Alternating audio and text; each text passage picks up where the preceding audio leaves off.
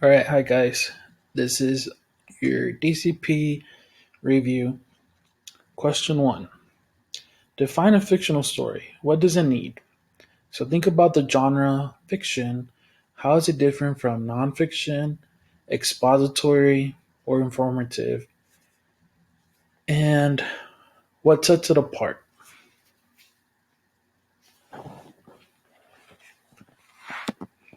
So if you said that fiction is different because it is not real, it's a non real story, you're right. Also, a fictional story should have a protagonist that has a problem, and by the end of the story, they solve their problem. Question two: what is the best summary of the story? So we're going to read these three paragraphs, and then you're going to come up with the summary of the story. So, paragraph 8. One day, the younger brother invited the older brother to dinner, but the other refused to come. Again and again the younger brother pleaded, until finally the older brother agreed and visited his brother's house. The older brother was not expecting what he found. Instead of a simple shack, the younger brother had a comfortable home with fine things inside. "Where do you get all these things?" the brother asked. The younger brother told his brother of the raven. Upon hearing the whole story, the older brother offered to trade his entire inheritance for the star fruit of tree. Yet the younger brother replied that he was content with what he had and refused to trade. So, which of the following is the best summary of paragraphs 8 through 10?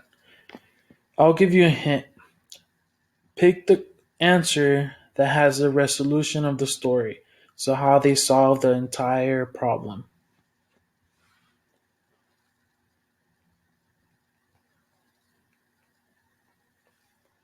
If you pick D, you are correct. D is the only one that had the last sentence, which is a resolution of the story. If you see A, it has the younger brother refuses. We don't know what happens at the end of that story. As well as B. The younger brother does not want to trade, however, he refuses the other offers. Again, no resolution. Every fictional story has to have a resolution. C. The younger brother tells them the younger brother then tells his brother about the raven. So what happened to the raven? Did they want to kill it? What was a brother's reaction? Again, no resolution. And then finally, it's C. D. The best resolution is D because the older brother wants to own the tree so that he can meet the raven. That's the one with the resolution, so that's the one that is the best answer. All right, 3. What is the best summary of the story? Hint: the make sure it has the exposition, turning point, and resolution. Check the last sentence for the resolution.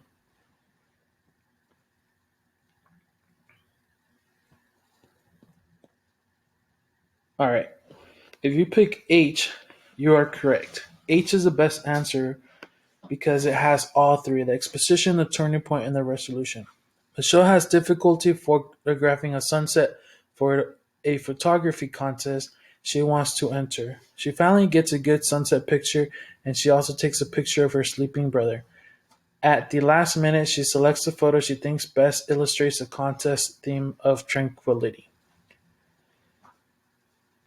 G is missing the resolution. Michelle photographs her brother while sleeping. We don't know what she did with that photograph. F is missing as well, and her sleeping brother. She takes pictures, but what did she do with those pictures? We don't know. F and G are wrong. J. Michelle reviews her photos and selects the one she thinks will help her win the contest. Again, no resolution. So H was the best answer because it has a resolution. The last sentence of the summary was the resolution of that story. Question 4.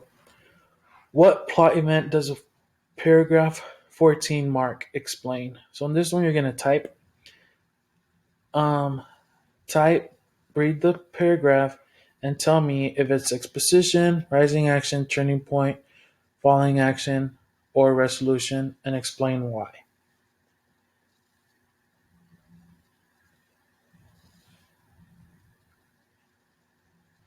If you said it was a turning point of the story, you are correct. It is a turning point of the story because that's when she took the picture of the brother sleeping, and which she eventually uses for the contest. 5. Why are the events in paragraph 14 important to the plot? And it's the same one about this question. So I'll give you time to answer that. Type.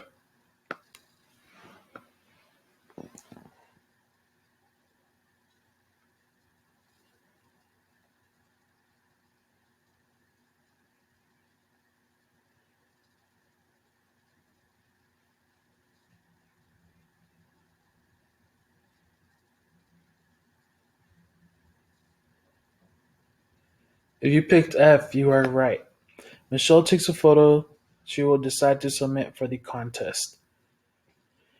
Um, that's the best answer because when she takes a picture of her brother, she's gonna eventually use it for the contest.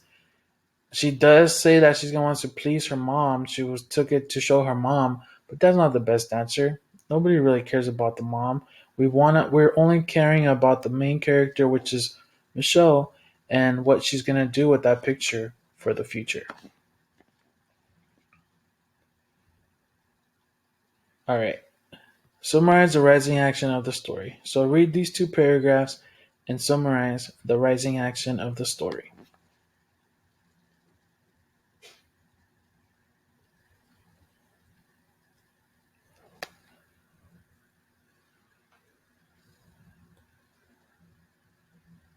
All right, so I'm gonna read it and then we're gonna decide what is the rising action of the story. Remember, the rising action is right after the exposition, but right before the turning point. So it's that middle part of the story. But as soon as I learned that helping teach first grade was no vacation at all, the first week was a nightmare. I was assigned to a small group of students: Sarah, Allie, Cameron, and Fernando. Sarah cried every morning for any number of reasons. One time she cried because she didn't know how to use the scissors. I helped her, but then she started crying again because she realized that she was the only one in the classroom who didn't know how to use the scissors. There was no pleasing her. Allie had a bad cold and constantly wiped her hands on the back of my shirt. Fernando refused to speak. Cameron didn't want to participate in anything. I think first grade has changed a lot from when we were first graders, I told Mariana. I don't remember learning about trapezoids and hexagons back then. Do you? I'm trying my best to help teach this stuff, but the kids look at me like I've just arrived from another planet. So if you said the rising action was that the protagonist was having a hard time in the classroom with the students, you are right.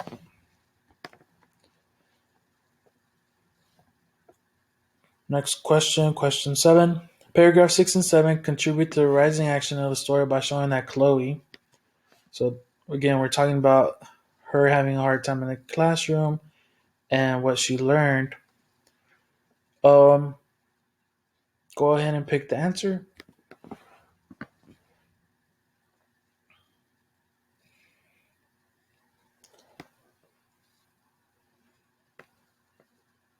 If you pick B, you are correct.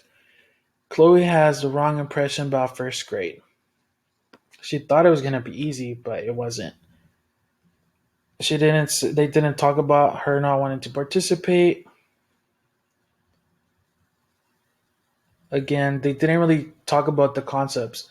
They didn't really talk about what they were learning in plants or math class. They were just talking about scissors, but they weren't talking about what was actually being taught. And this one, again, they weren't really giving her instructions, so that one's wrong. The best answer was B.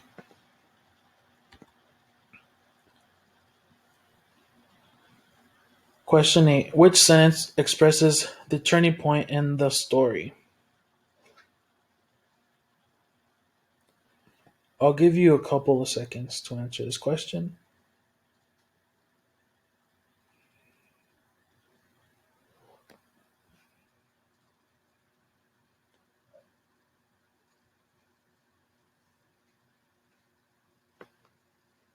The correct answer is B. I wasn't the one who was complaining anymore. That is a turning point because remember the turning point fictional stories always talk about the main character, the protagonist, and that's whenever the story turned around, the turning point turned around. So they had a big turnaround. The main character, I, they stopped thinking, and at first they were complaining, but during the turning point they stopped complaining, and that's when his whole life changed around. So the turning point has to be something really dramatic changing for the main character. Okay, question 9. Read lines 14 and 15 from the poem. She handed me the broom and smiled at me like Cinderella's wicked stepmother. The author uses a simile in the sentence to reveal that. Pick the correct answer.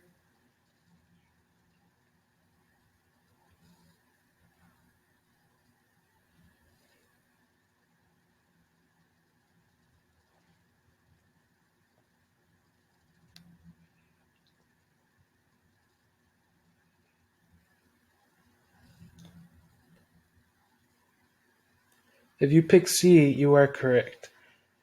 The mom is pretending to be a wicked stepmother. So the simile was smiled at me like Cinderella's wicked stepmother. So they're comparing the mom to the wicked stepmom in Cinderella. And imagine how they are smiling wickedly, right? So the best one is C. Mom is pretending to be a wicked stepmother. Okay, 11. Read the lines from the play. The reader can conclude from this line that the commentator. So, commentator, stage directions from off stage. Okay, thank you, Pete Mahoney, for that. And now the referee will like to be ready for the coin toss. Voice fades. What can the reader conclude from the commentator?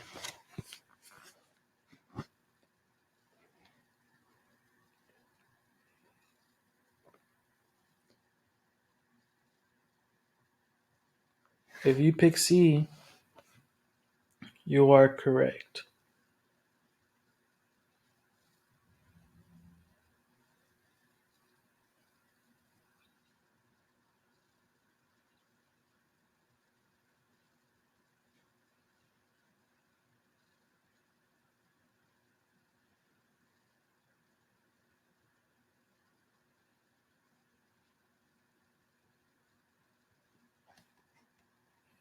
12. Read paragraph 23 from the story. As a tidal wave of customers trek to a stream, mom and dad rushed into the deli. The author use the author includes this figurative language to show the. I'll give you a couple seconds to answer.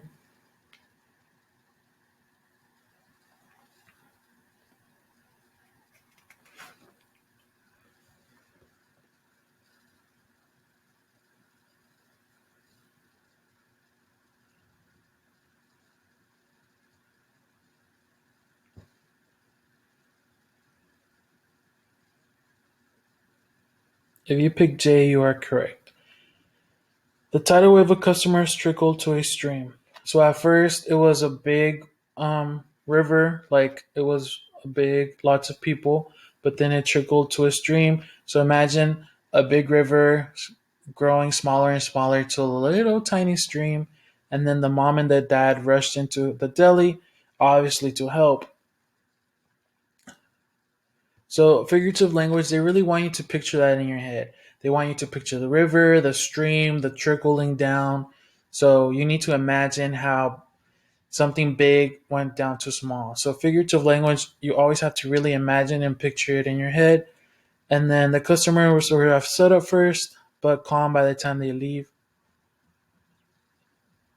Oh no, it's not J, it's H. Sorry, guys. The number of customers at the deli became more manageable.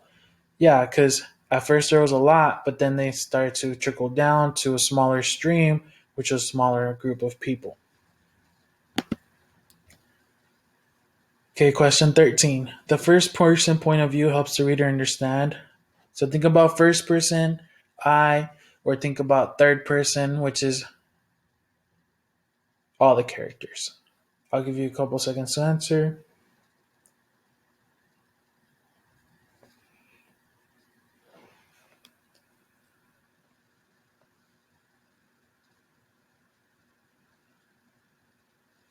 All right. So if you picked, let's go over these. A. The actions only of the regulars at the deli. First person is the protagonist, the main character. We don't care about the regulars because the story is about the boy. B. The narrator's changing his perspective of the busy deli. The narrator is the main character, and we kind of do know what his perspective is because it's in first person. We know it because it's first person, we know his thoughts. C. The reason the narrator's parents are not at the deli. First person doesn't allow us to know that because we don't know what the parents were thinking. If it was third person, we would know what the parents were thinking. D. The inner thoughts of the customers at the deli. Again, we don't know the customer's thoughts because we only know first person, which is the protagonist. 14. Which sentence best explains why Drake considers sending his parents on a tropical vacation?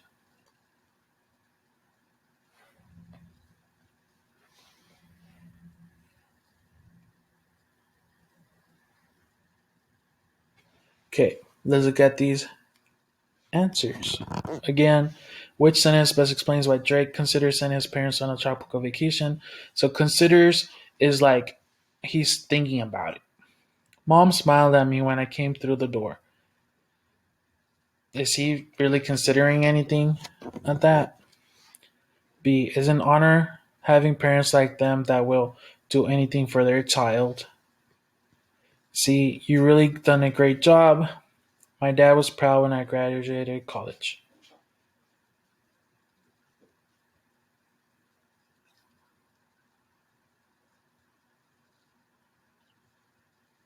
The best answer is B because he's thinking about how his parents are awesome and he's thinking that they would do anything for him. 15. Read the sentence from paragraph 8.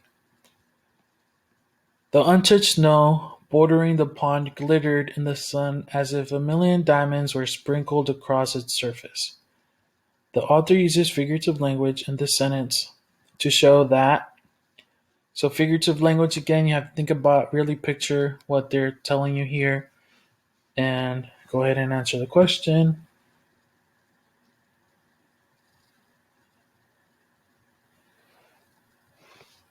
All right. Emily believes that the icy pond will be hard if she falls. Again, this sounds like a happy sentence. It doesn't really say that she's scared. Amir realizes the value of learning how to ice skate. Again, they didn't really tell us that she was thinking about anything. She was just describing how it's pretty, right? Diamonds sprinkled across the surface glittered. Emily thinks the snow is beautiful. I think those are words that describe beautiful. Emily thinks that the snow is bright, too bright. This figurative language doesn't describe something that bothers her. It's more describing something pleasant. So C is the best answer. 16. Read the sentence from the story. There are two other reasons my mother has not tied me to my bed and refused to let me go. The author uses figurative language in the sentence in order to. Again, think about figurative language. Really imagine that. Think about a mom. There are other reasons my mother has not tied me to my bed and refused to let me go. thinking about a mom who really, really wants to tie a kid up to a bed with like a rope or something, but there's something stopping her. Okay, I'll give you time to answer the question.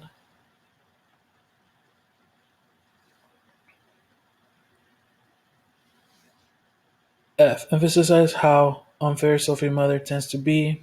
G. Shows how much Sophie will be missed by her mother. H.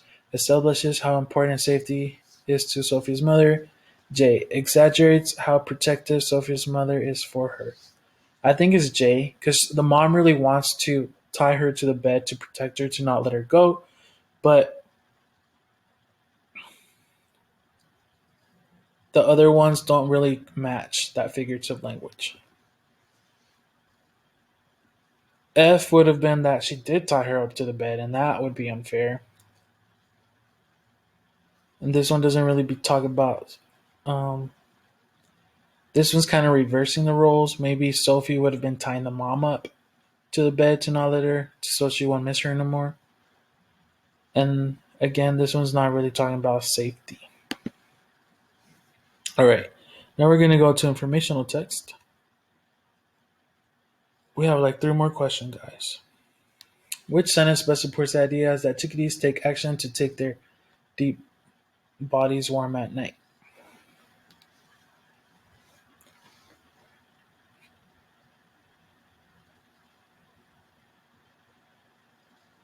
All right.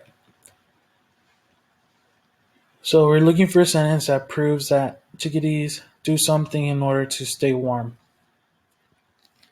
A. This means that sometimes there is a well over 100-degree difference between a chickadee's body and their temperature only an inch away. That's describing the temperature, is not really saying what they do. Without any feather insulation, heat would quickly be lost and much energy wasted in attempting to keep their toes as warm as the rest of their body. Again, this one's not talking about what they do to keep their body. Um, they're just saying what could happen. Since they don't have any crops in which they can store their food to eat later, they must eat enough each day to survive the long 18-hour night. I'm going to put a question mark. D. They do not roast together and flock as some birds, but spend the night alone. C is the best answer because they're telling you that they eat a lot during the day, so at night they can survive the long night. 18. Which sentence from the blog entry supports the idea that learning to cook is an ongoing process?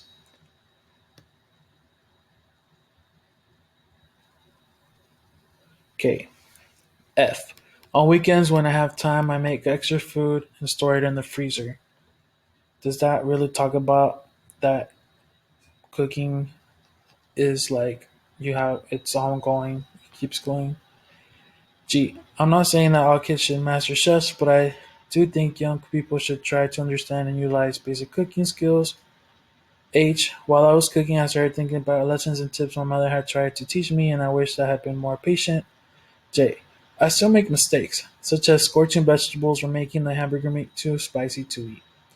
J is the best answer because it's talking about how they're still not perfect, but it's ongoing. They keep trying, and eventually they're going to master cooking. 19. The photograph after paragraph 17 helps the reader. So, what does this photograph help us? Look at the photograph, look at the caption.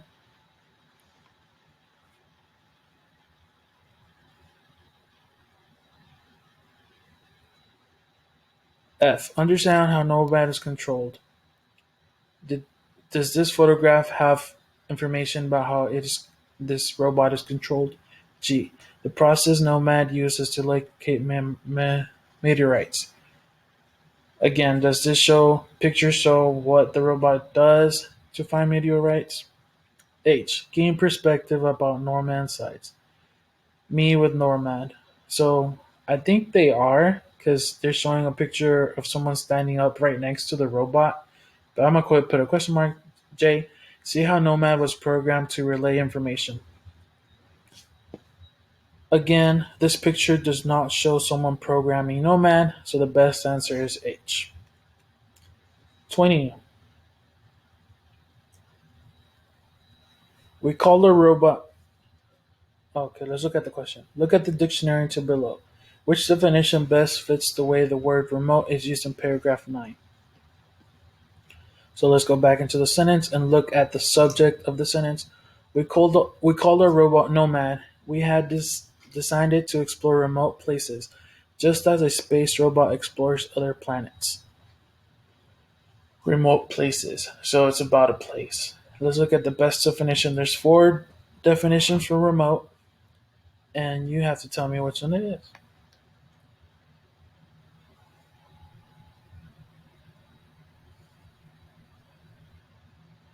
Okay. One, unlikely to happen. That's not really talking about a place. Located far away. Maybe it's talking about location. Three, not directly involved. That doesn't really make sense. Four, controlled from a distance. I think the best answer is two. And we can test there by substituting the definition into the sentence. We had decided to explore located far away places just as space robots explore their planets.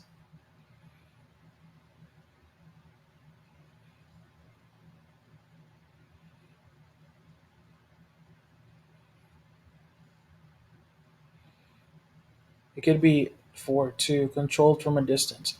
We have decided to explore controlled from a distant places just as a space robot explores other planets.